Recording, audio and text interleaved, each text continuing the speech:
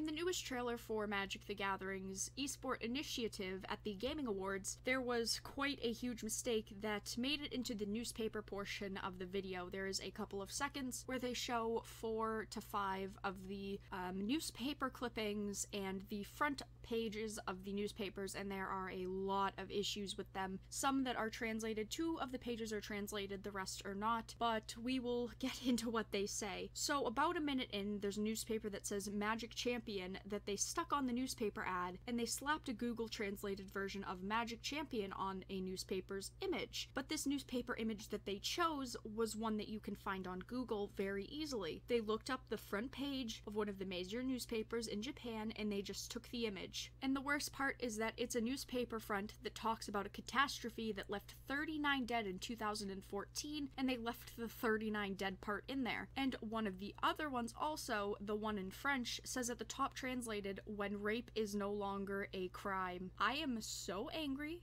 and so frustrated, and I've seen so many people already ask me about this and point this out. I can't even put into words what this means and how inappropriate this is. You didn't have a translator? You didn't think at all maybe this would have made sense? That is so disrespectful and inappropriate to not have a translator on a piece like this. And this aired at a Game Awards show, one that millions of people have watched through streams and now videos. This clip is going to be everywhere. Even if they delete this part of the trailer, it is going to still be on the internet in many ways, shapes, and forms. Never mind how many views this trailer by itself could get, because it is still currently up on their YouTube page. I will link it down below if it is still listed at the time that you're watching this. The inmates are running the asylum at Wizards of the Coast. If this doesn't prove the inmates are running the asylum, I don't know what will. Someone needs to take over these huge projects, and they need to be looked over. A company of this size didn't really have anyone overseeing this. I'm sure if this had a good strategy with multiple people looking over it, people translating,